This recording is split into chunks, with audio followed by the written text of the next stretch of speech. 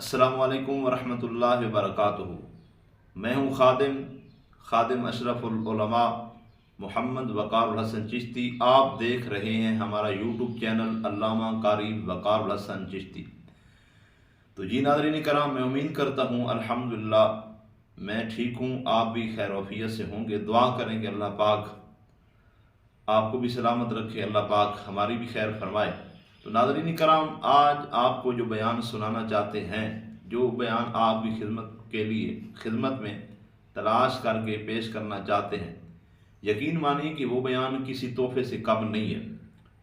اس وقت آپ ہماری سکرین کے اوپر دیکھ رہے ہوں گے عنوان بھی، اور جس ہستی نے یہ خطاب کیا اس ہستی کی زیارت بھی آپ کر رہے ہوں گے۔ ٹائٹل تو میں نے دیا ہے شفاعت مصطفیٰ صلی اللہ علیہ وآلہ وسلم کا۔ اصل یہ سیالوی صاحب رحمۃ اللہ علیہ نے خطاب کیا تھا فیصل آباد کے اندر، قل ان کنتم تحبون اللہ فاتبعونی یحببکم اللہ، اس اتفاق کے اوپر۔ اور کمال یہ ہے کہ اس اتفاق کے اوپر سیالوی صاحب رحمۃ اللہ علیہ کو اچانک حکم ملا کہ آپ نے آج گفتگو جو کرنی ہے وہ اس اتفاق کے اوپر کرنی ہے۔ اور سیالوی صاحب کا کمال دیکھیں، آپ یہ گفتگو سنیں گے، میں نے تو ایک لفظ سنا ہے نا، اس لیے میں اکثر بیانوں کے متعلق کہتا ہوں کہ آپ ایک بار یہ بیان سن کر دیکھیں تو صحیح، کیونکہ یہ بیان جو ہے نا میں نے خود ریکارڈ کیے۔ یہ ایسا نہیں ہے کہ کسی جگہ سے مجھے آڈیو ملی، میں نے اپلوڈ کر دی، آپ کو کہا آپ سن لیں، نہیں، یہ کیسٹ ہوتی ہے، پھر کیسٹ میں خود ریکارڈ کرتا ہوں۔ کیسٹ ریکارڈ کرتے وقت میں ساتھ بیٹھتا ہوں، ایک ایک لفظ جو ہے میں اس کو سنتا ہوں۔ تو جب سیالوی صاحب نے اس اتفاق کے اوپر خطاب کیا تو یقین مانی اس کے اندر بے شمار چیزیں قبلہ شیخ الحدیث صاحب رحمۃ اللہ علیہ نے ڈسکس کی تھی۔ ایک تو یہ ڈسکس کی تھی کہ مقام مصطفیٰ کیا ہے، شان مصطفیٰ کیا ہے، محبت مصطفیٰ کیا ہے، پھر محبت مصطفیٰ کی اہمیت کیا ہے، پھر اللہ کے ہاں حضور علیہ الصلوۃ والسلام کا مقام کیا ہے، پھر اللہ کی بارگاہ میں جانے کا سب سے افضل اعلیٰ رستہ کون سا ہے، پھر باقی انبیاء کرام علیہ الصلوۃ والسلام کی قوموں پر عذاب آتے رہے، سرکار کی امت پہ عذاب کیوں نہیں آتے، اس کی وجہ پھر آخر کے اندر شفاعت مصطفیٰ کو بیان کیا۔ تو یقیناً آپ یہ بیان سنیں، انشاءاللہ سن کر ایمان تازہ ہوگا، انشاءاللہ سن کر آپ کی معلومات میں اضافہ ضرور ہوگا۔ اور جس ہستی کا یہ خطاب ہے تو مجھے تعارف کرانے کی ضرورت بالکل نہیں ہے، غزالی زمان، رازی دوران، شیخ الحدیث و تفسیر، فاتح مناظرہ جنگ، حضرت علامہ مولانا استاد مفتی محمد اشرف صاحب سیالوی رحمۃ اللہ علیہ۔ یہ فیصل آباد کے اندر آپ نے خطاب کیا تھا، یہ سن 2002 کا بیان ہے، تو ہم نے تلاش کیا، آپ کی خدمت پیش کر رہے ہیں۔ تو امید کرتے ہیں کہ آج آپ یہ بیان سنیں گے، ہمارے لیے ضرور دعا کریں گے۔ انشاءاللہ آپ ہمارے ساتھ رہیں، روزانہ کی بیس پہ انشاءاللہ آپ کو ایک سے ایک بڑھ کر بیان جو ہے ہم آپ کو سنائیں گے۔ تو آئیے سنتے ہیں آج کا لاجواب بیان، شفاعت مصطفیٰ، بزبان شیخ الحدیث علامہ محمد اشرف صاحب سیالوی رحمۃ اللہ علیہ۔ صاحب المقام والشفاعة واللواء الذي دعاه الله قال قام أدنى فأوحى إليه ربه ما أوحى محمد المصطفى أحمد المجتبى الذي كان نبيا وعدا بين الدين والواو وعلى آله وأصحابه الكرماء والشرفاء والتابعين لهم بالإحسان إلى يوم الجزاء. أما بعد، أعوذ بالله من الشيطان الرجيم، بسم الله الرحمن الرحيم. قل إن كنتم تحبون الله فاتبعوني يحببكم الله. صدق الله مولانا العظيم وصدق رسوله النبي الكريم الأمين. إن الله وملائكته يصلون على النبي يا أيها الذين آمنوا صلوا عليه وسلموا تسليما. درود پاک ذوق شوق کے ساتھ الصلاۃ والسلام علیک یا سیدی یا رسول اللہ وعلى آلک واصحابک یا سیدی یا حبیب اللہ. الصلاۃ والسلام علیک یا رحمۃ للعالمین وعلى آلک واصحابک یا شفیع المذنبین. صاحب صدر گرامی قدر حضرت قبلہ پیر سید نظر حسین شاہ صاحب دامت برکاتہم العالیہ، مہمان گرامی عزت مآب جناب چودھری نیاز احمد صاحب، واجب الاحترام حضرات علماء کرام، بزرگ اور بھائیوں، آپ حضرات کے سامنے محترم جناب چودھری نیاز احمد صاحب نے اس محفل اور آئندہ منعقد ہونے والی محافل کا مقصد، ان کی غرض و غایت بڑی بسط کے ساتھ بیان کر دی ہے۔ چونکہ یہ سلسلہ ماہانہ ہے تو تسلسل کے ساتھ درس قرآن تو مشکل ہوگا، اس لیے متفرق آیات کریمہ کے بارے میں گزارشات پیش کی جائیں گی، خاص طور پر ان آیات مبارکہ کے متعلق اپنی ناقص علمی احساس کے مطابق گزارشات پیش کی جائیں گی، جن کا تعلق محبوب کریم علیہ الصلوۃ والتسلیم کی اللہ رب العزت کے ہاں عزت و تکریم، رفعت و مرتبت، قبولیت و محبوبیت سے ہے، ان کے بارے میں بیان کیا جائے گا۔ میں اپنے آپ کو تو ہر حال اس قابل نہیں سمجھتا تھا، یہ حضرت قبلہ شاہ صاحب کا حکم اور ان کا اپنا ایک خیال، اپنی سوچ، انہوں نے مجھ جیسے ایک دیہاتی اور پینڈو کو اس اہم مقصد کے لیے اور اہم خدمت کے لیے منتخب فرمایا، تو انہی سے گزارش کروں گا کہ پھر ہمیشہ کی طرح ہمیشہ کے لیے اپنی دعاؤں سے نوازتے رہیں، تاکہ میں ان کے حکم کی تعمیل کر سکوں اور اس خدمت کو سر انجام دے سکوں۔ ابھی جو حکم ملا تو وہ اس آیت کریمہ کے بارے میں کچھ گزارشات پیش کرنے کا ہے۔ میرا خیال تو اور تھا، بہرحال اسی آیت پاک کے بارے میں چند گزارشات پیش کرنے کی کوشش کروں گا۔ اللہ تبارک و تعالیٰ نے محبوب کریم علیہ الصلوۃ والتسلیم کو ارشاد فرمایا کہ آپ لوگوں کے اندر اس بات کا اعلان فرما دیں کہ اگر تمہیں اللہ رب العزت سے محبت ہے، تم یہ دعویٰ رکھتے ہو کہ ہم اللہ کے محب ہیں، تو پھر اللہ کے حریم ناز کو جانے والا ہر راستہ بند ہے، ہر دروازہ بند ہے۔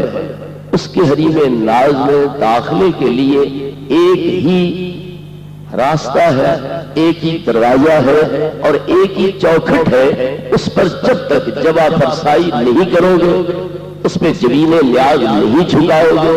اس دروازے سے اندر داخل ہونے کی کوشش نہیں کرو گے، تو تم کبھی بھی اپنے مقصد کے اندر کامیاب نہیں ہو سکتے۔ انت باب اللہ ایوم رہن اتاہ من غیرے کا لا یدخلو، وہ دروازہ، وہ عظیم چوکھٹ، وہ صراط مستقیم کون ہے؟ صرف اور صرف محبوب کریم علیہ الصلوۃ والتسلیم کی ذات پاک ہے۔ فرمایا انہیں کہہ دیجیے اگر تمہیں اللہ رب العزت کے ساتھ تعلق کا دعویٰ ہے تو فاتبعونی، میری اتباع کرو، اس کے علاوہ اور کوئی چارہ کار تمہارے لیے نہیں۔ کسی کو یہ ظن ہو کہ میں عیسیٰ روح اللہ کی امت ہوں، مجھے کسی اور سے کیا کہا، میں موسیٰ کلیم اللہ کا غلام ہوں، مجھے کسی اور سے کیا واسطہ، میں حضرت ابراہیم خلیل اللہ کی نسل ہوں، اولاد ہوں، مجھے اور کسی کی کیا محتاجی۔ یہ ظن، یہ خیالات، یہ پندار، یہ تخیلات ذہنوں سے نکال دو اور اس بات کا یقین کر لو کہ سوائے محمد عربی صلی اللہ علیہ وسلم کی غلامی کا کلے میں ڈالے کہ اللہ رب العزت کے ہاں کسی کو کوئی قبولیت حاصل نہیں ہو سکتی۔ تمہارا محب ہونا اسی صورت میں قبول ہو سکتا ہے جب تمہارے گردن کے اندر، تمہارے گلے کے اندر نبی کریم علیہ الصلوۃ والتسلیم کی غلامی کا پٹا ہوگا اور ان کی اطاعت کا توق ہوگا۔ نبی کریم علیہ الصلوۃ والتسلیم کا یہ خطاب کسی ایک قوم سے نہیں، کسی ایک علاقہ کے واسیوں سے نہیں، پوری نوع انسانی اور نسل آدم سے یہ خطاب ہے۔ ان کنتم، اگر تم تحبون اللہ، اللہ سے محبت رکھتے ہو تو فاتبعونی، تم سارے کے سارے میری اتباع کرو۔ اس میں تمام امتیں داخل ہیں، کسی بھی امت کو سرتابی کی مجال نہیں ہے۔ اللہ رب العزت نے صرف امتوں کو نہیں بلکہ انبیاء کو بھی پابند کر دیا ہے کہ اگر تمہاری موجودگی میں میرا یہ محبوب تشریف لے آئے تو نبوتوں اور رسالتوں کے دعوے چھوڑنے ہوں گے، ان کا امتی بننا ہوگا اور ان کے دین کا سپاہی بننا ہوگا، تبھی تم میری بارگاہ کے اندر قبولیت پا سکتے ہو اور کوئی مقام حاصل کر سکتے ہو۔ اللہ رب العزت نے اس میثاق کی طرف، عہد اولین کی طرف توجہ دلاتے ہوئے اس کو ذہن اور خاطر میں لانے کا حکم دیتے ہوئے محبوب کریم علیہ الصلوۃ والتسلیم کو ارشاد فرمایا، وَإِذْ أَخَذَ اللَّهُ مِيثَاقَ النَّبِيِّينَ، محبوب اس وقت کو یاد کرو جبکہ میں نے تمام نبیوں سے یہ عہد لیا تھا کہ لما آتیتکم من کتاب و حکمہ، کہ اے پیغمبر جب میں تمہیں کتاب عطا کروں، حکمت عطا کروں، تم دنیا میں جاؤ، تبلیغ کرو، لوگ تمہاری تبلیغ سے متاثر ہو کر حلقہ غلامی میں آئے، تمہاری نبوت اور رسالت کو تسلیم کریں، تمہاری حکومت اور سلطنت قائم ہو، تمہارے تخت ہواؤں پہ اٹھنے لگیں اور شرق کا غرب تمہاری سلطنت اور حکومت قائم ہو جائے، تو عین اس موقع پر اگر میرا محبوب تمہارے پاس تشریف لائے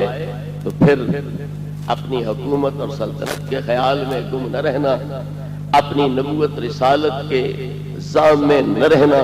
اپنے مریدوں غلاموں کی کثرت کے گھمنڈ میں نہ رہنا، بلکہ تاج و تخت بھی، حکومت و سلطنت بھی، نبوت اور رسالت بھی، ان پہ نثار کر کے ان کے غلاموں میں داخل ہونا، امتی بننا اور ان کے دین کا سپاہی بننا۔ ثم جاءکم رسول مصدق لما معکم لتؤمنن بہ ولتنصرنہ، پھر جب یہ رسول تمہارے پاس تشریف لے آئیں تو تمہیں ان پر ایمان بھی لانا ہوگا اور ان کی مدد بھی کرنا ہوگی۔ یہاں پر یہ بات قابل غور ہے، علماء مفسرین جب اس قسم کی آیات کا ترجمہ کرتے ہیں، تفسیر کرتے ہیں، تو وہ اذکر کا لفظ یہاں مقدر مانتے ہیں۔ اذکر اذ اخذ اللہ میثاق النبیین، وہ اللہ یاد دہانی کرا رہا ہے کہ اس وقت کو یاد کرو جبکہ اللہ رب العزت نے تمام نبیوں سے وعدہ لیا تھا۔ اب آپ حضرات بخوبی یہ بات جانتے ہیں، سمجھ سکتے ہیں کہ واقعہ کی یاد دہانی تبھی کرائی جائے گی جب وہ واقعہ آنکھوں سے گزرا ہوگا۔ جو چیز آنکھوں کے سامنے کبھی آئی ہی نہیں ہے اس کی یاد دہانی کرانے کا کوئی توقع نہیں بنتا، کوئی مطلب ہی نہیں بنتا۔ تو پتا چلا کہ نبی کریم علیہ السلام اس محفل میں شمع انجمن تھے جس کی صدارت اللہ رب العزت فرما رہے تھے، اور مجمع وہاں انبیاء علیہ السلام کا تھا، اور اللہ رب العزت اس مہمان گرامی کے لیے ان انبیاء سے عہد لے رہا تھا کہ تم غلامی کرو گے اور اطاعت کرو گے۔ محبوب اس وقت کو یاد کرو، اس منظر کو ذہن میں لے آؤ، اس حسین منظر کی طرف توجہ فرماؤ جبکہ اللہ رب العزت ان انبیاء سے یہ عہد لے رہا تھا۔ تو اس سے پتہ چلتا ہے کہ آپ اس وقت موجود تھے، کس شان سے موجود تھے۔ روایات اس کی وضاحت کرتی ہیں، مواہب لدنیہ میں ہے کہ اللہ رب العزت نے انبیاء علیہ السلام کی ارواح طیبہ کو جمع کیا اور ان سے نبی کریم علیہ السلام و تسلیم کے لیے عہد لینا چاہتا تھا۔ تو اس وقت محبوب کریم علیہ السلام کے نور مقدس کو دعوت دی۔ جب آپ کا نور سامنے آیا تو انبیاء علیہ السلام کے انوار اس نور کے اندر اسی طرح پوشیدہ ہو گئے جس طرح کے تارے سورج کی ضیاءوں کے اندر پوشیدہ ہو جاتے۔ عرض کی خدایا یہ کیسا نور ہے، یہ کون سی ہستی ہے جس کا نور ہمارے انوار پہ غالب آ گیا اور جس نے ہمارے انوار کو اپنے اندر جذب کر لیا، ہم پہ چھا گیا ہے۔ ہم اس کی زیاباشیوں کے سامنے کل عدم ہو کے رہ گئے ہیں، یہ کس کا نور ہے؟ اللہ رب العزت نے فرمایا یہی پیغمبر آخر الزمان محمد رسول اللہ صلی اللہ علیہ وسلم ہے، اور میں نے انہی کے لیے تمہیں جمع کیا ہے تاکہ ان کی اطاعت کا اور غلامی کا تم سے آگے۔ تو نبی کریم علیہ الصلوۃ والتسلیم کے ساتھ اطاعت گزاری فرما برداری کا عہد کر کے یہ انبیاء علیہ السلام وہاں سے آئے ہوئے ہیں، تو پھر ایک نبی کے لیے ناممکن ہے کہ وہ اللہ رب العزت سے وعدہ کرے اور پھر اس کی خلاف ورزی کرے۔ اللہ رب العزت نے صرف یہ کہہ نہیں دیا کہ تم وہاں آئے تو ایمان لانا مدد کرنا، بلکہ ساتھ یہ بھی پوچھا اقررتم واخذتم علی ذالکم اسری، کیا تم اقرار کرتے ہو اور جو بوجھ میں تم پر ڈال رہا ہوں یہ بوجھ برداشت کرتے ہو؟ بوجھ تو ہے نا، ایک آدمی بہت بڑا مدرس بنا بیٹھا ہو، شیخ الحدیث، شیخ التفسیر، شیخ الفقہ، اوپر سے ایک ایسی ہستی آ جائے کہ اسے مسند تدریس چھوڑ کے طالب علموں میں بیٹھنا پڑے اور وہ گدی اور مسند اس ہستی کے لیے خالی کرنی پڑے، تو نفس پہ یہ چیز گراں تو گزرتی۔ ایک آدمی بہت بڑا پیر بنا بیٹھا ہو، مرشد کامل بنا بیٹھا ہو، اوپر سے ایک ایسی ہستی آ جائے کہ اسے اپنی مشیخت والی مسند قربان کرنی پڑے اور مریدوں کی صف میں بیٹھنا پڑے اور وہ مسند ان کے حوالے کرنی پڑے۔ اسی طرح ایک بہت بڑا نبی اور رسول ہو اور لاکھوں اس کے مرید اور امتی ہوں، لیکن ایک ایسی ہستی آ جائے کہ اسے اپنی نبوت رسالت کے دعوے چھوڑنے پڑے اور امتیوں میں شامل ہونا پڑے، تو نفس پہ یہ چیز گراں تو گزرتی ہے۔ اس لیے اللہ رب العزت نے فرمایا کہ کیا تم اقرار کرتے ہو اور جو بوجھ میں تم پر ڈال رہا ہوں یہ بوجھ برداشت کرتے ہو؟ قالوا اقررنا، سب نے کہا کہ ہم اقرار کرتے ہیں۔ فاشهدوا وانا معكم من الشاهدين، تم ایک دوسرے پر گواہ ہو جاؤ اور میں بھی تمہارے ساتھ گواہوں میں شامل ہوں کہ تم نے میرے رسول کی اطاعت کا عہد کر لیا۔ جب یہ وہاں اقرار کر چکے، عہد کر چکے، تو ایک پیغمبر کی ذات سے ناممکن ہے کہ وہ اس عہد کی خلاف ورزی کرے، اس وعدے کا پاس نہ کرے۔ تو یہی وجہ ہے کہ شب اسراء میں بیت المقدس کے اندر تمام انبیاء علیہ السلام نے اس محبوب کی امامت کو عملاً قبول کیا، ان کے مقتدی بنے، ان کی شریعت کے مطابق نماز پڑھی اور اس عہد کو نبھا دیا کہ ہمیں تیرا محبوب مل گیا، ہم نے اپنی نبوت اور رسالتوں کے دعوے ترک کیے، ان کے امتی بنے، مقتدی بنے اور ان کے امت میں داخل ہو کر ان کے دین کی امداد اور اعانت کا بھی مقدور برق کا عہد جو ہے وہ پورا کر دیا۔ موسیٰ علیہ السلام نے 50 کی 5 کروائی ہیں، تو یہ وہ نصرت دینیہ ہے جس کا اللہ نے وعدہ لیا تھا، انہوں نے وہ وعدہ پورا کر کے دکھلا دیا۔ بہرحال انبیاء علیہ السلام بھی جب اس بات کے پابند ہے تو پھر امتوں کی کیا مجال وہ اس محبوب کی غلامی سے سرتابی کر سکے۔ حضرت سیدنا عمر بن الخطاب رضی اللہ تعالیٰ عنہ تورات کے کچھ ورق لے کر مطالعہ کر رہے ہیں۔ نبی کریم علیہ الصلوۃ والتسلیم نے دیکھا کہ میرا غلام ہو کر، میرا امتی ہو کر، میرا مقرب ہو کر، میرا صحابی ہو کر یہ تورات پڑھ رہا ہے۔ قرآن کے ہوتے ہوئے تورات پڑھنے کی کیا ضرورت تھی؟ سرکار کے چہرے پر ناراضگی کے آثار نظر آنے لگے، اور یہ نبی کریم علیہ السلام کی ایک خصوصیت تھی کہ جس پہ خوش ہے وہ سامنے آئے تو چہرہ یوں چمکتا جیسے چودھری کا چاند، پتہ چلتا کہ اس بندے پہ آپ خوش ہیں، اور اگر کسی پہ ناراض ہوتے تو اس کو دیکھتے ہی چہرے پہ یوں سرخی آ جاتی گویا انار کا پانی کسی نے رخساروں پر نچوڑ دیا۔ یعنی دل اور چہرہ ان میں ایسی موافقت تھی کہ جو دل میں ہوتا تھا وہی چہرے سے عیاں ہو جاتا تھا۔ اسی کے بارے میں مہربانی ہے، عنایت ہے، شفقت ہے۔ خوش ہے تو چہرہ بتلاتا تھا اس میں خوش ہے، اور ناراض ہے تو چہرہ بتلاتا تھا اس میں ناراض ہے۔ یہ نہیں کہ اندر ناراضگی ہو اوپر مسکراہٹیں ہوں، جھوٹے تبسم، زبانی کہا جا رہا ہو جناب کو مل کے بڑی خوشی ہوئی، یہ بات نہیں تھی۔ اندر اور باہر ایک تھا، ظاہر باطن میں کوئی تفاوت نہیں تھا۔ تو نبی کریم علیہ الصلوۃ والتسلیم نے حضرت سیدنا عمر رضی اللہ عنہ کو تورات کے اوراق کی تلاوت کرتے دیکھا تو چہرہ انور پہ ایسی سرخی آئی کہ گویا انار کا پانی کسی نے نچوڑ دیا ہے، رخسارہ مقدس پر۔ حضرت صدیق اکبر نے دیکھ کے کہا سکلت کا امو کا اما ترا ماں بوجہ رسول اللہ. اوے عمر تجھے تیری ماں روئے کیا تو دیکھ نہیں رہا نبی پاک کے چہرے کے آثار کیا؟ انہوں نے تورات کے ورق رکھ دیے اور عرض کیا اعوذ باللہ من غضب اللہ وغضب رسولہ. میں اللہ کے غضب سے بھی پناہ مانگتا ہوں اور اللہ کے رسول کے غضب سے بھی پناہ مانگتا ہوں. یہاں ناراض تو صرف نبی پاک ہوئے، رد عمل نبی کریم علیہ السلام کا سامنے آیا تو اللہ کے غضب کا یہاں ذکر کیوں کیا؟ انہیں صرف یہ کہنا چاہیے تھا کہ میں اللہ کے رسول کے غضب سے پناہ مانگتا ہوں، مگر وہ کیا کہتے ہیں میں اللہ کے غضب سے بھی اور اللہ کے رسول کے غضب سے بھی پناہ مانگتا ہوں. تو یہ بتلانا چاہتے ہیں کہ نبی پاک کی ناراضگی یہ اللہ کی ناراضگی ہے، تو لہذا اللہ رب العزت کی ناراضگی سے بھی پناہ مانگتا ہوں اور نبی پاک کی ناراضگی سے بھی پناہ مانگتا ہوں. رضائے مصطفیٰ یہ رضائے خدا ہے اور ناراضگی مصطفیٰ یہ ناراضگی خدا ہے. اس لیے حضرت عمر رضی اللہ عنہ نے اپنا ایمان، اپنا عقیدہ، اپنا نظریہ بیان کیا کہ آپ کی ناراضگی اللہ کی ناراضگی ہے، میں اللہ کی ناراضگی اور اس کے غضب سے بھی پناہ مانگتا ہوں اور نبی پاک کی ناراضگی اور غضب سے بھی. یا رسول اللہ میں کچھ شک کی بنا پر تورات نہیں پڑھ رہا تھا، میں تو تمہارے کمالات معلوم کرنے کے لیے تورات کی برکت گردانی کر رہا تھا تاکہ اس کتاب سے بھی ہم آپ کی شانیں دیکھیں،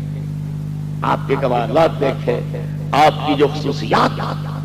امتیازی علامات اس میں بیان کی گئی ہیں وہ مطالعہ کریں، وہ مشاہدہ کریں. میں تو اس لیے پڑھ رہا تھا. نبی کریم علیہ الصلوۃ والتسلیم نے اپنی عظمت شان بیان کرتے ہوئے فرمایا کہ لو بدا لکم موسیٰ فاتبعتموہ وترکتمونی لضللتم عن سواء السبیل. اگر آج موسیٰ کلیم علیہ السلام ظاہر ہو جائیں اور تم مجھے چھوڑ کر ان کے پیچھے چل پڑو تو تم سارے گمراہ ہو جاؤ گے. لو کان موسیٰ حیا لما وسعہ الا اتباعی. اگر موسیٰ کلیم علیہ السلام ظاہری حیات طیبہ کے ساتھ دنیا پر موجود ہوتے تو انہیں میری اطاعت اور اتباع کے علاوہ میرے ہر حلقہ غلامی اور امت کے اندر داخل ہونے کے علاوہ کوئی چارہ کار انہیں نہ ہوگا. لہذا تمہیں میرے ساتھ واسطہ رکھنا چاہیے، میری اطاعت اور غلامی کرنی چاہیے، دائیں بائیں تمہیں جھانکنے کی کوئی ضرورت نہیں ہے. تو نبی کریم علیہ السلام نے یہ حقیقت واضح کر دی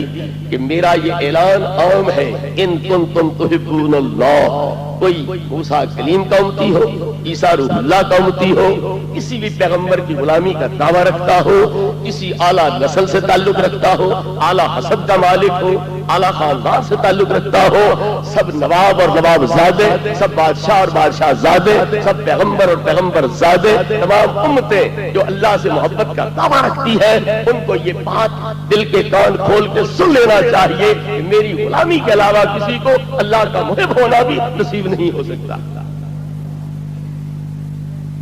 لیکن اگر غلامی نصیب ہو جائے تو پھر کیا ہوگا؟ صرف یہ نہیں کہ اللہ تمہارا محب بن جائے گا، تم اللہ کے محب بن جاؤ گے، صرف یہ نہیں تمہارا محب ہونا اللہ قبول کر لے گا، صرف یہ نہیں بلکہ اور زیادہ ترقی ہوگی،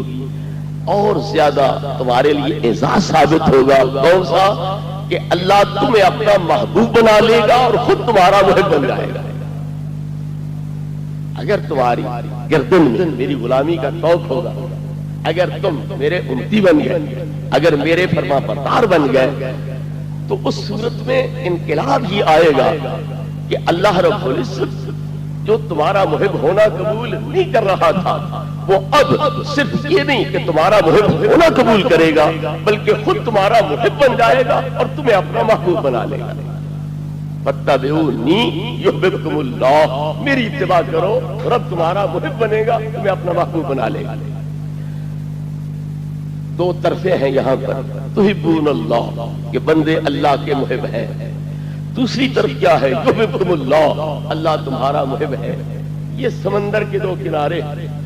تحبون اللہ کہ تم اللہ کے محب ہو، یحببکم اللہ اللہ کو تم سے محبت ہے. ان دو کناروں کے درمیان جو مسافت ہے وہ طے کب ہوگی؟ یہ جو درمیان میں خلیج ہے یہ کب ختم ہوگی؟ یہ دوریاں کب ختم ہوں گی؟ یہ دونوں کنارے آپس میں کب ملیں گے؟ جب فتبعونی کا واسطہ درمیان میں موجود ہوگا، جب فتبعونی پایا جائے گا، نبی پاک کی غلامی کا توق گلے میں آ جائے گا، تو پھر تحبون اللہ، یہ یحببکم اللہ کے ساتھ جمع ہو جائے گا، اور جو پہلے محب تھے اب وہ اللہ کے محبوب بن جائے گا۔ اسی سے یہ بات سمجھ آ جانی چاہیے کہ جن کے غلام اللہ کے محبوب بن جائے وہ ہستی آپ کیسی محبوب ہستی ہوگی؟ جن کے نوکر، جن کے چاکر، جن کے غلام، جن کے امتی، جن کے متبع وہ اللہ کے ہاں محبوب ٹھہرے، تو پھر اس متبوع، اس مخدوم، اس آقا، اس مولا کی شان محبوبیت کیا ہوگی جن کی غلامی کی بدولت یہ نوکر چاکر نبی پاک کے اور ادنا غلام نبی پاک کے اللہ کی بارگاہ میں محبوبیت کی وصلت سے جا کے بیٹھ رہے ہیں۔ لہذا نبی کریم علیہ الصلوۃ والتسلیم محبوبوں کے بھی سردار ہیں، محبوبوں کے بھی امام ہیں، محبوبوں کے بھی مقتدا اور پیشوا ہیں۔ حضرات محترم، نبی کریم علیہ الصلوۃ والتسلیم کی محبت کی اہمیت کیا ہے؟ عزت باب جناب چودھری صاحب آپ کے سامنے پہلے اشارتاً بیان فرما رہے تھے۔ نبی کریم علیہ الصلوۃ والتسلیم نے خود اس حقیقت کو واضح فرمایا، لا یؤمن احدکم حتی اکون احب الیہ من والدہ وولدہ والناس اجمعین۔ نبی کریم علیہ السلام فرماتے ہیں تم میں سے کوئی شخص اس وقت تک مومن ہو ہی نہیں سکتا جب تک کہ میں محمد رسول اللہ صلی اللہ علیہ وسلم اسے آباء و اجداد سے زیادہ محبوب نہ ہو جاؤں، اپنی اولاد سے زیادہ محبوب نہ ہو جاؤں، اور تمام لوگوں سے زیادہ محبوب نہ ہو جاؤں، وہ مومن نہیں ہو سکتا۔ یہاں سے نبی کریم علیہ السلام نے یہ حقیقت واضح فرما دی کہ نمازیں، روزے، حج، زکوٰۃ اپنی جگہ اچھے کام، ان کا اجر ثواب اپنی جگہ، برائی کا ترک، چوری، ڈاکے، قتل، زنا، شراب خوری وغیرہ کا ترک اچھی چیز ہے، اس کا اجر ثواب اپنی جگہ۔ لیکن جس کے طفیل یہ شریعت مل رہی ہے، احکام کا پتہ چل رہا ہے، اللہ رب العزت کے ارشادات معلوم ہو رہے ہیں، اللہ کا پتہ مل رہا ہے، اللہ کی راہ سمجھ آ رہی ہے، اس محبوب کی محبت کی لازم اور ضروری۔ نبی کریم علیہ الصلوۃ والتسلیم نے محبت کی درجہ بندیاں کیٹیگریاں بیان کرتے ہوئے ارشاد فرمایا، بھئی یہ لائٹیں ساری میری طرف ہی نہ کرو، میں نے اس نظر سے کچھ اور بھی کام لینا ہے، صرف آج کی نشست نہیں بھگتان، تھوڑا ایک طرف نبی کریم علیہ الصلوۃ والتسلیم نے درجہ بندی بیان کرتے ہوئے فرمایا، احب اللہ لما یغزوکم من نعمہ، سب سے پہلے تم پر اللہ کی محبت لازم ہے، کیوں؟ وہ اپنی نعمتوں کے ذریعے تمہیں پالتا ہے، پروان چڑھاتا ہے، لہذا اللہ رب العزت سے محبت رکھو۔ نعمتیں اس کی ظاہری بھی ہیں، ہمیں کھانے کی ضرورت، پینے کی ضرورت، پہننے کی ضرورت، رہنے سہنے کی ضرورت۔ اگر زمین ہمارے قدموں کے نیچے نہ ہو تو کیسے رہیں؟ آسمان کی چھت نہ ہو، سورج، چاند، رات، دن یہ نہ ہو، ہمارے لیے گزر بسر ناممکن ہے۔ تو ظاہری جسمانی ضروریات اللہ رب العزت پوری کرتا ہے، پھر وہ ہماری ہدایت کے لیے ہمیں اس نے عقل دی ہے، حواس دیے ہیں، آیات آفاق و انفس قائم کیے ہیں، کائنات کے اندر اپنی قدرت کے دلائل موجود فرمائے ہیں، تاکہ ہم حواس کے ذریعے ان چیزوں کو دیکھیں، عقل کے ذریعے ان میں غور کریں کہ یہ بغیر خالق کے کیسے ہو سکتی ہے، پیدا کرنے والے کے بغیر کیسے ہو سکتی ہے۔ ہو سکتا ہے لوگ مصروف رہیں، مشغول رہیں، توجہ نہ کریں، پھر اللہ نے پیغمبر بھیج دی، تم اپنے معجزات دکھلا کر لوگوں کو پاور کراؤ کہ میں اللہ کا نمائندہ ہوں،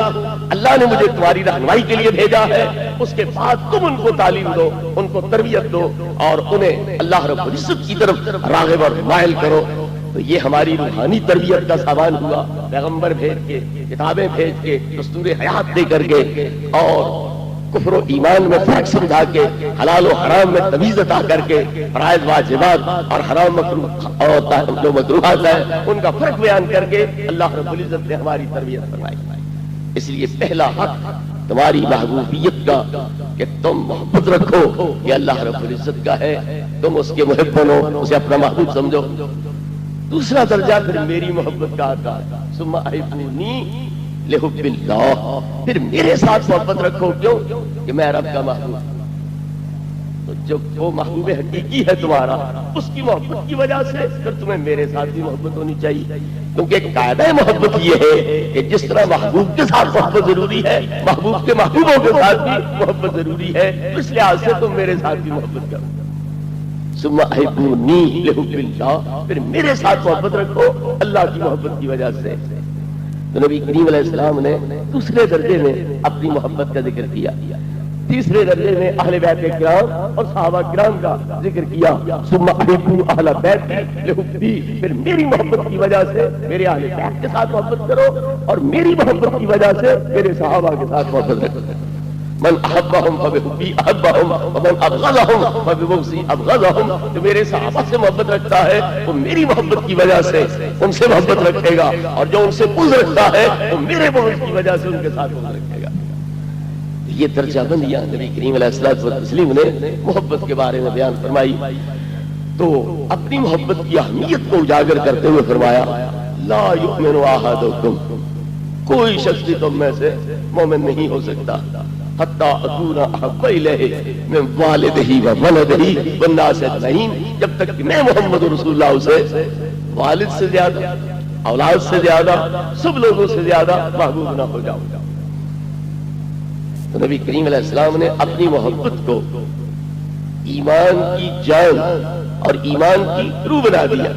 اور واضح کر دیا کہ اس محبت کے بغیر کوئی شخص مومن نہیں ہو سکتا۔ اب سوال یہ ہے کہ سرکار کی محبت اتنی ضروری کیوں، اس کی اہمیت کیا ہے؟ تو کسی سے محبت کے تین اسباب ہوتے ہیں، یا تو اس لیے کہ ماضی میں کبھی اس سے کوئی فائدہ پہنچا، اس لیے اس کے ساتھ محبت ہونی چاہیے، یہ محسن ہے، اس نے ہمیں فلاں موقع پر امداد دی، نفع پہنچایا، فائدہ پہنچایا، لہذا محبت اس سے ہونی چاہیے۔ دوسری صورت یہ ہے کہ اب اس کی طرف سے کوئی نفع پہنچ رہا ہے، فوائد حاصل ہو رہے ہیں، فیوز اور برکات حاصل ہو رہے ہیں، اس لیے محبت ہونی چاہیے۔ تیسری صورت یہ ہے کہ مستقبل کے اندر اس کے ساتھ امیدیں وابستہ ہیں، اس سے ہمارا نفع وابستہ ہے، اس سے ہمیں فیوز پہنچنے ہیں، برکات حاصل ہونی ہے، اس لیے ہم اس کے ساتھ محبت کریں۔ تو ان تینوں پہلوؤں کے لحاظ سے اگر دیکھیں تو نبی کریم علیہ الصلوۃ والتسلیم ہماری محبت کی حقدار ہے۔ اس لیے پہلی وجہ کیا ہے کہ اگر آپ کا وجود مسعود نہ ہوتا تو نہ فرش زمین ہوتا، نہ آسمان کا سائبان ہوتا، نہ دن اور رات ہوتے، نہ سورج اور چاند ہوتا، نہ ہوا کے قدرتی پنکھے چلتے، نہ سمندر دریا اور چشمے ہوتے، نہ زمین سبزے اگاتی، نہ آسمان بارشیں برساتا، نہ حضرت آدم وجود میں آتے، نہ ہم پیدا ہوتے، یہ سب کچھ ملا ہمیں تو محبوب کریم علیہ السلام کی ذات بابرکات کے ذرائع ملا۔ محبوب کریم علیہ الصلوۃ والتسلیم کی اس شان کو صرف ہماری حدیث کی کتابیں نہیں بیان کر رہی، صرف ہمارا قرآن نہیں بیان کر رہا، بلکہ اس شان کو اور اس حیثیت کو حضرت عیسیٰ کی انجیل بھی بیان کر رہی ہے۔ انجیل برنباس یہ موجود کہ جب اللہ تعالیٰ نے حضرت آدم علیہ السلام کو پیدا فرمایا، ان میں روح کی وہ اٹھ کر کھڑے ہوئے، آسمان کی بلندیوں کی طرف نگاہ اٹھائی تو عرش کے کنارے پر لا الہ الا اللہ محمد رسول اللہ یہ نوری قلم کے ساتھ لکھا ہوا نظر آیا۔ اللہ سے عرض کیا میں تیرا شکر گزار ہوں، تو نے مجھے پیدا کیا، مجھ میں روح کی، مجھے حیات بخشی، اور ساتھ ہی میں تیری منت کر کے یہ پوچھتا ہوں کہ یہ محمد رسول اللہ کون ہے، ان کے کیا معنی؟ اللہ نے فرمایا یہ تیرا ہی بیٹا ہے جو اس وقت کے بہت عرصہ بعد دنیا پر ظاہر ہوگا، اور میں تم سے سچ کہتا ہوں کہ اگر میں انہیں پیدا نہ کرتا تو کائنات کی کوئی شے پیدا نہ کرتا، اور میں نے ان کو کائنات کی ہر چیز سے 60,000 سال پہلے پیدا کر کے آسمانی روشنی میں رکھا۔ یہ انجیل برنباس کہتی ہے۔ برنباس حضرت عیسیٰ علیہ السلام کے صحابی، وہ انجیل کو حضرت عیسیٰ علیہ السلام کے سامنے لکھتے رہے، جبکہ باقی جو 4 اناجیل ہیں، مرکز، لوکا، یوحنا، متی، تو یہ بعد میں لکھی گئی ہے، کو 50 سال، کو 70 سال، کو 90 سال، لیکن برنباس والی انجیل وہ حضرت عیسیٰ علیہ السلام کے صحابی آپ کے سامنے لکھتے رہے ہیں، تو اس میں یہ حقیقت کھول کر بیان کی گئی کہ اللہ نے حضرت آدم علیہ السلام کو فرمایا کہ اگر میں انہیں پیدا نہ کرتا تو کائنات کی کوئی شے پیدا نہ کرتا۔ لہذا ہماری کتابوں میں جو یہ روایات ہیں ان کے بارے میں ثابت ہو گیا کہ آسمانی کتاب اور حضرت عیسیٰ علیہ السلام اور اللہ رب العزت کے فرمان سے یہ بات واضح ہے کہ نبی کریم علیہ السلام ہی باعث تخلیق کائنات ہے۔ اگر آپ کی ذات پاک نہ ہوتی تو کائنات کی کوئی چیز لباس وجود کبھی بھی نہیں پہن سکتی۔ اسی چیز کو احادیث بیان کرتی ہیں، لولا لما خلقت الافلاک، اے محبوب اگر تم موجود نہ ہوتے میں آسمان پیدا نہ کرتا، لولا کا لما خلقت الدنیا، اگر تم موجود نہ ہوتے میں دنیا پیدا نہ کرتا، لولا کا لما اکلت الغوراء ولا ازلت الخضراء، اگر تم موجود نہ ہوتے تو نہ فرش زمین ہوتا نہ آسمان کا سائبان ہوتا، انما خلقت الدنیا واہلها لأعرفهم منزلتك وکرامتك عندی، میں نے دنیا اور دنیا والوں کو پیدا ہی کیوں کیا ہے تاکہ انہیں تمہاری شان محمودیت دکھاؤں، تمہاری رفعت، تمہارا مرتبہ، تمہارے اعلیٰ مقامات، تمہاری رفعت شان کا انہیں مشاہدہ کراؤں، اس لیے میں نے دنیا اور دنیا والوں کو پیدا کیا۔ حضرت مجدد الفسانی رضی اللہ عنہ مکتوبات میں یہ حدیث نقل کرتے ہیں کہ اللہ نے فرمایا لولا کا لما اظہرت الربوبیت، اگر تم موجود نہ ہوتے تو میں اپنی شان ربوبیت کا بھی اظہار نہ کرتا، میں اپنی ربوبیت کا اظہار بھی تمہاری وجہ سے کر رہا۔ حضرت سیدنا عمر رضی اللہ تعالی عنہ سے روایت ہے کہ جب آدم علیہ السلام دانا کھا کے زمین پہ آ رہے، صدیاں روتے رہے، اللہ رب العزت کی بارگاہ میں توبہ کرتے رہے، معذرت کرتے رہے، تو ان کی نہ توبہ قبول ہوئی نہ معذرت قبول ہوئی۔ بالآخر انہوں نے یہ عرض کیا اللہم اغفر لی بحق محمد صلی اللہ علیہ وسلم، اللہ رب العزت نے ان کی توبہ قبول کر دی۔ ساتھ ہی پوچھا آدم یہ طریقہ، یہ ادا، یہ انداز توبہ کا تو نے کہاں سے سیکھا؟ یہ ڈھنگ کس نے تمہیں سکھلایا؟ عرض کی خدایا جب تو نے میرے اندر روح کی، میری آنکھیں اٹھیں، نظر بلند ہوئی تیرے عرش کی طرف، تو تیرے عرش کے پائے پر جہاں لا الہ الا اللہ لکھا ہوا دیکھا، ساتھ ہی محمد رسول اللہ لکھا ہوا دیکھا، میں نے اس دن سے یہ بات ذہن میں بٹھا لی کہ اگر اللہ کو ساری مخلوق سے کوئی سب سے پیاری ہستی ہے اور شخصیت ہے تو وہ محمد رسول اللہ کی ہے، جن کے نام کو اپنے نام سے ملایا اور جن کے اعلان رسالت کو اپنے اعلان الوہیت کے ساتھ اس نے رقم فرمایا ہے، یہ سب سے پیاری ہستی ہے۔ اس لیے میں نے آخری ہیلے کے طور پر، آخری وسیلے کے طور پر ان کے نام نامی کو پیش کیا۔ حضرت عمر رضی اللہ عنہ روایت کرتے ہیں کہ اللہ رب العزت نے آدم علیہ السلام کو فرمایا صدقت یا آدم لولا محمد لما خلقتک، اے آدم تو نے ٹھیک کہا، ٹھیک سمجھا، اگر محمد کریم علیہ السلام نہ ہوتے میں تجھے بھی پیدا نہ کرتا۔ لہذا بظاہر نبی کریم علیہ السلام اولاد آدم بھی ہے، مگر اس حدیث کی روح سے، نبی پاک کے فرمان کی روح سے، اللہ رب العزت کے ارشاد کی روح سے بنیاد آدم بھی ہے، بظاہر پھل ہے اور حقیقت میں جڑ ہے اور بیج ہے حضرت آدم علیہ السلام کے وجود کے لیے۔ اسی لیے جب حضرت آدم علیہ السلام نبی کریم علیہ السلام کو پکارا کرتے تھے تو کیا کہتے تھے؟ یبنی صورتن و ابی مانن، اے وہ ذات جو بظاہر میری اولاد میں سے ہو اور حقیقت میں میری بنیاد ہو اور میری اصل۔ حضرات محترم اور ذرا آگے چلیے، اللہ رب العزت نے پروگرام بنایا نسل انسانی کو پیدا کرنے کا، حضرت آدم علیہ السلام کو اپنی تخلیق کا شاہکار اولی بنانے کا، ان سے نسل انسانی کو پھیلانے کا، تو فرشتوں کے سامنے اپنا ارادہ ظاہر کیا، اپنا پروگرام ظاہر کیا. اذ قال ربک للملائکۃ انی جاعل فی الارض خلیفہ. محبوب اس وقت کو یاد کرو جبکہ تمہارے رب نے فرشتوں سے فرمایا کہ میں زمین میں خلیفہ بنانے والا. سوچنے کی بات یہ ہے کہ پیدا حضرت آدم ہو رہے ہیں، تاج خلافت رکھا جانا ہے تو ان کے سر پر،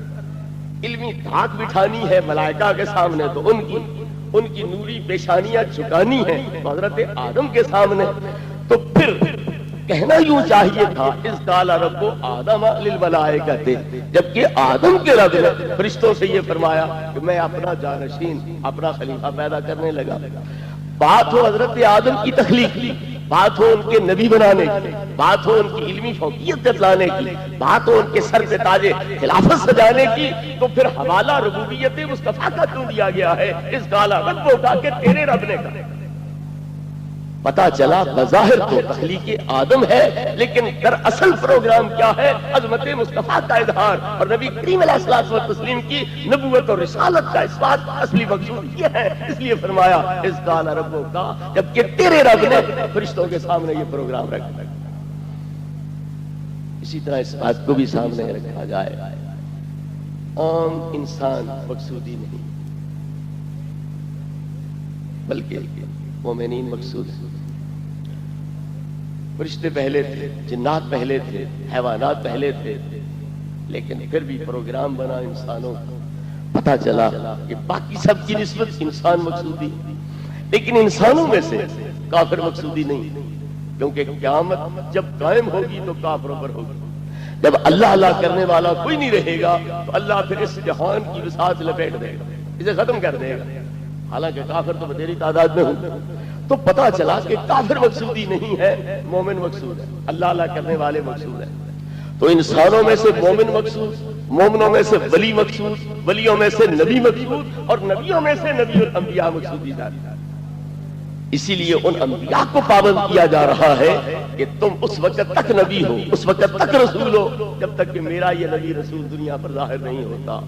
جب یہ ظاہر ہو جائیں گے تو پھر تمہیں نبوت رسالت کے دعوے چھوڑنے پڑیں گے، تاج و تخت قربان کرنے پڑیں گے، اپنی عزتیں عظمتیں ان پہ نثار کرنی پڑے گی، ان کا طوق غلامی پہننا پڑے گا، ان کا امتی بننا پڑے گا. تو پتا چلا کہ تمام انبیاء میں سے مقصود ہے محمد عربی کی ذات پاک. خلق سے اولیاء، اولیاء سے رسول، اور رسولوں سے اعلیٰ ہمارا نبی. تو یہ بات واضح ہوگی کہ اصل مقصودی ذات ہے تو پیارے مصطفیٰ صلی اللہ علیہ وسلم کی ہے. تو پھر انبیاء بھی تو پھیلی ہو گئے، اولیاء بھی تو پھیلی ہو گئے، انسان بھی تو پھیلی ہو گئے، ملائکہ بھی تو پھیلی ہو گئے، جنات بھی تو پھیلی ہو گئے، آسمان زمین بھی تو پھیلی ہو گئے. تو پھر جس کو وجود ملا، جس کو جو نعمت ایمان ملی، جو نعمت نبوت اور ولایت ملی، جو ظاہری نعمتیں ملی، جس کو بھی ملی وہ محمد عربی کے صدقے ملی. اس لیے نبی پاک ہر ایک کی محبت کے اولین حقدار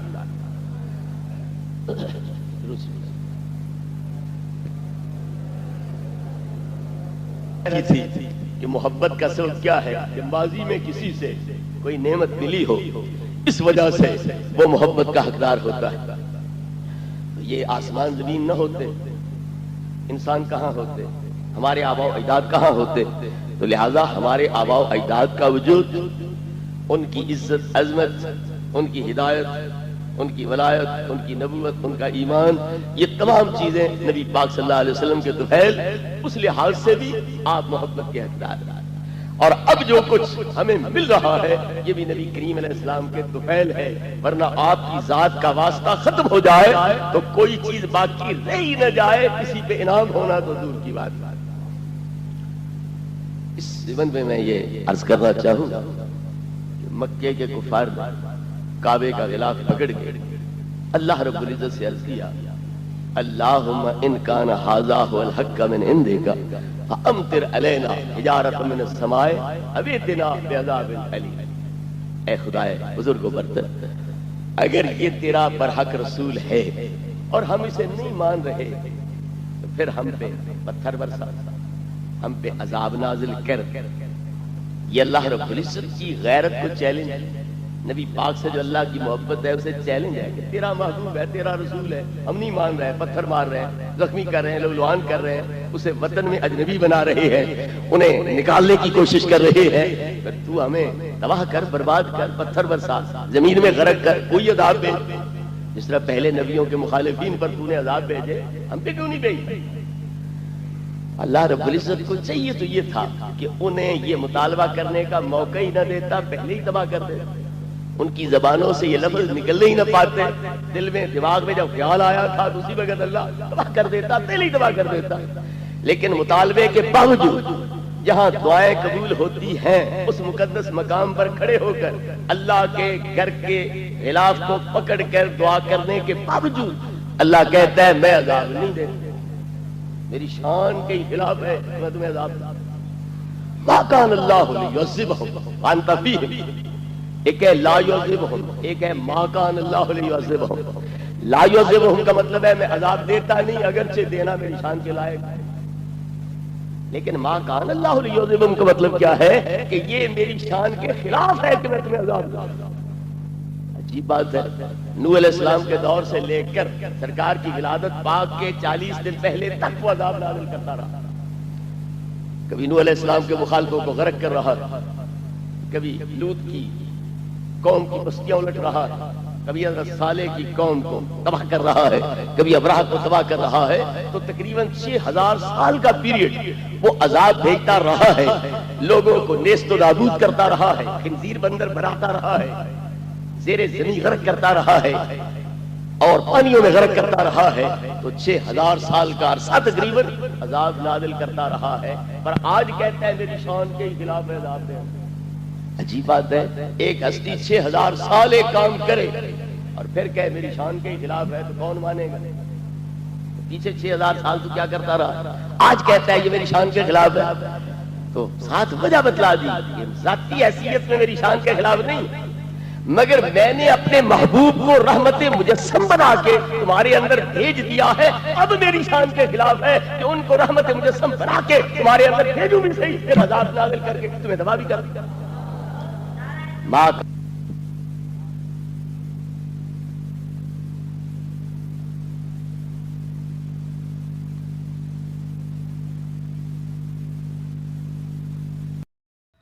تو جی ناظرین کرام، امید کرتے ہیں کہ آج والا بیان آپ کو بہت پسند آیا ہوگا اور آپ نے امید کرتے ہیں تمام یہ بیان سنا ہوگا۔ اگر مکمل بیان سننا ہے تو کمنٹ کے اندر اپنی حاضری ضرور لگوایا کریں، اور مزید جس بیان کی آپ فرمائش کریں گے خصوصاً قبلہ شیخ الحدیث صاحب رحمۃ اللہ علیہ کی، انشاءاللہ ہم کوشش کریں گے اپلوڈ کریں گے، اور ہم کوشش کرتے ہیں کہ آپ کی خواہشات، آپ کی محبت الفت جو ہے اس کو ملوذ خاطر رکھا جائے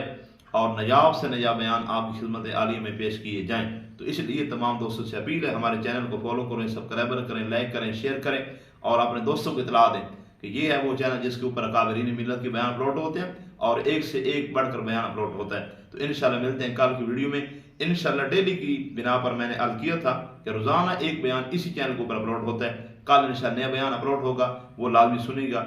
دعا کرتے ہیں کہ اللہ پاک آپ کو اپنے حفظ و امان میں رکھے، اللہ پاک مجھے بھی اپنے حفظ و امان میں رکھے۔ السلام علیکم ورحمۃ اللہ وبرکاتہ۔